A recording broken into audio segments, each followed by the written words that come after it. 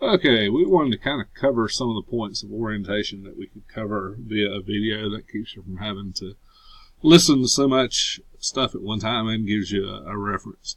If you hadn't got that you can come back to, if you haven't got your student information page, that's login information. That's how to get in Blackboard and how to go to My PC and all the passwords and usernames that you need for use here at the school. You should also have a copy of your schedule. If you hadn't done that, you need to see your instructor. And the way we schedule classes inside of electronics and mechatronics is a little different from what you'll be talking about when you're taking gen ed courses such as College 1060 and Englishes and maths and psychologies and all that good kind of stuff. So make sure you understand that as well. Get with an instructor. We'll cover that in our other live orientation. Every class has a syllabus. I'm going to go into soldering here, which is one of the first courses that you take in electronics. I'm going to open the syllabus for soldering and let you see it. And there's some pertinent portions of this syllabus that you need to be in tune with. And open it in another window, so let me drag it over here.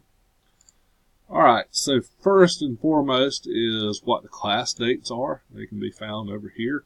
If you're taking an English, math, psychology, that kind of stuff, those will be there. Also where you need to go, what classroom. Here it's 202. Also these hours. Now again, don't pay too much attention to the block hours that we have here.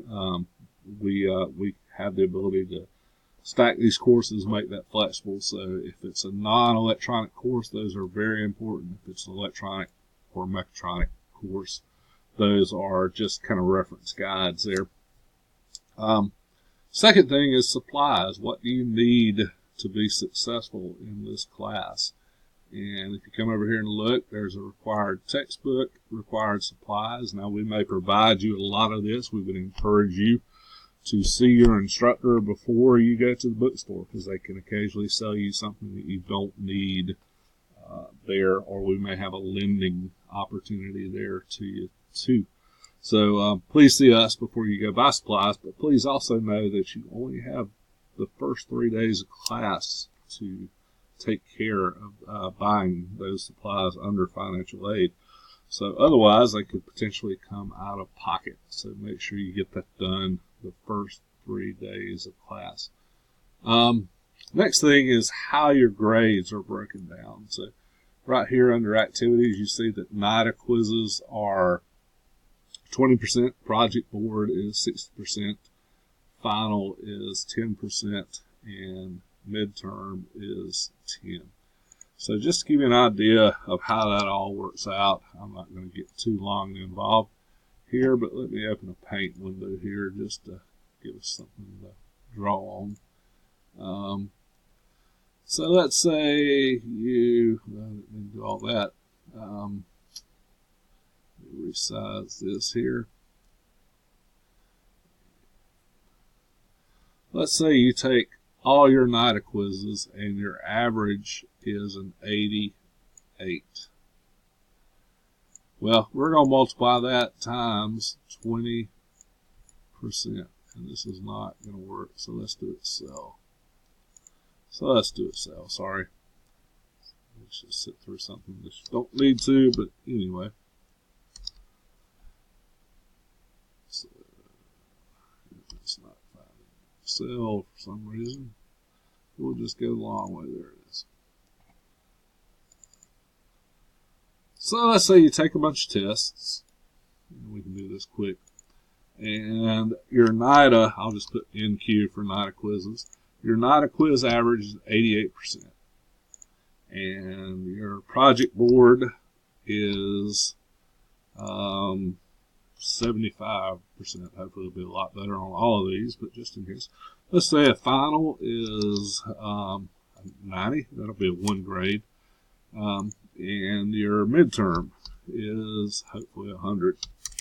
Well, you notice these count percentages of each one. So a percentage is basically per 100. So that means this is going to be 20%. of your grade. This one's going to be 60% of your grade. And I didn't put the percent sign. Let's fix that. And these two are going to be 10% and 10% respectively. So what we would do is we'd multiply 88 by 20%. So that's what I'm going to do here. Is I'm going to take that and do a little multiplication in Excel, a little magic. And basically that 20% of those 88 points is 17.6. I'm going to do that to each one of those. 60% of 75 is 45 points. 10% of 90 is 9 points. 10% of 100 is 100 points. And then we're going to sum all of those up to get your grade. And you would have an 81.6 based on that. So again, all these NIDA quizzes, this would be an average. This might be 5 or 10 tests right here. This may be 3 or 4 parts of your project board, maybe a single project board. Just depends on what we're in. But that's how we would get your average for this particular course. So that's why that's so important to you.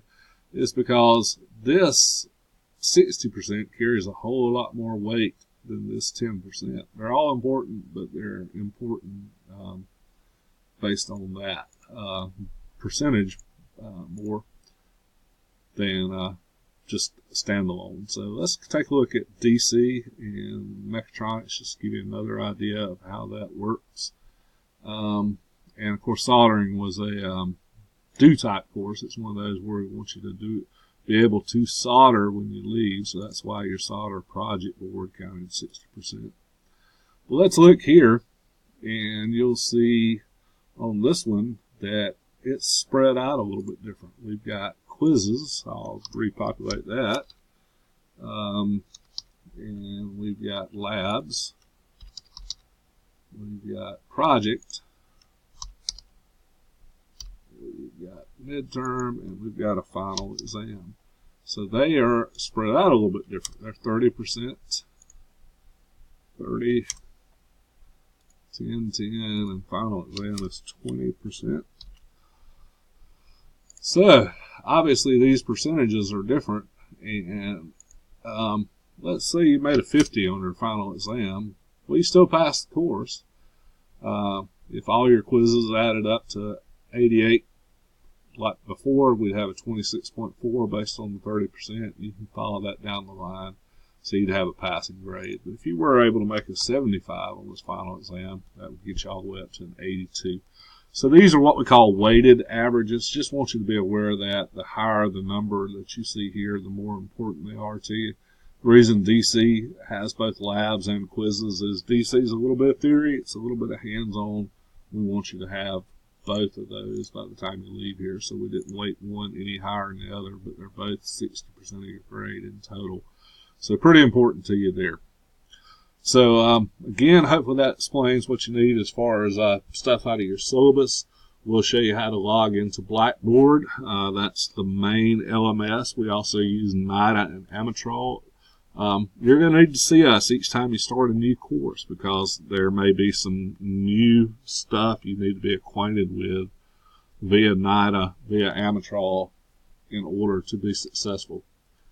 Showed you grade calculations already. Don't forget food and drink in classroom. We're fairly relaxed on that. We don't want you eating a full meal. If you got a full meal from McDonald's, or you brought in here, or whatever the case might be, we have a canteen area for you to heat that up and take advantage of it.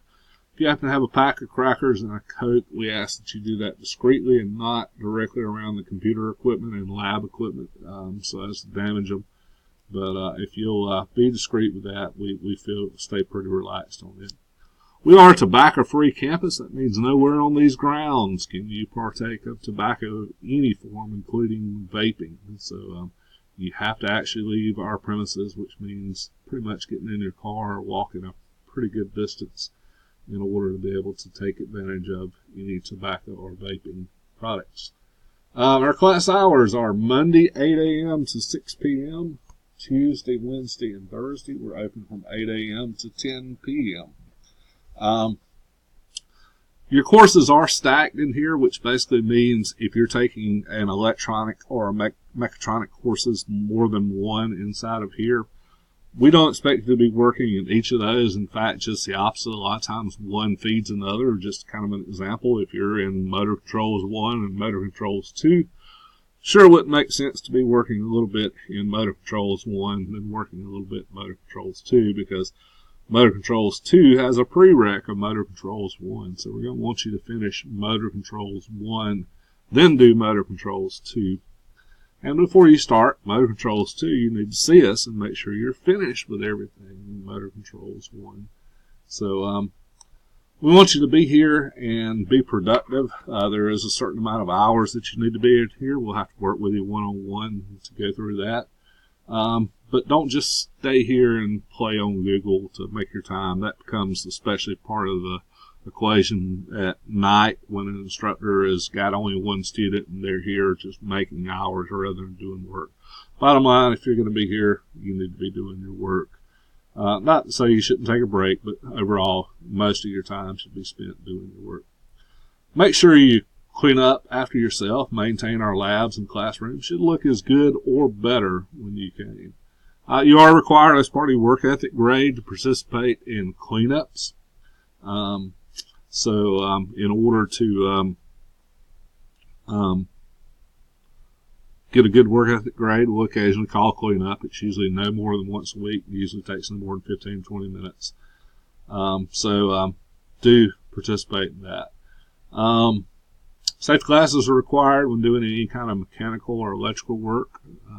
So we've got plenty of safety glasses. If you don't have any, we'll be glad to assign you a pair that can be your very own. Now we're going to cover some things in the oral section of orientation. Be prepared to take a quiz on this. So be prepared to know some answers to some of the things that I have covered with you already. But we're going to talk to you what to do about in the event of a fire, in the event of a tornado, so forth and so on. And give you a tour of our area here and kind of where to go from there. So I hope that gives you some basic information. And as always, if you have questions, that's why we're here. Please ask. We can't read your minds. We don't know what's not sinking in. We don't know where you're stumbling at unless you speak up and ask a question. So please do that, and I will be more than happy to have an answer for you. And if we can't get you an answer right away, we will get you an answer as soon as we can. Hope you enjoy your electronics and or mechatronics courses here. And again, if there's any way we can help you, please let us know.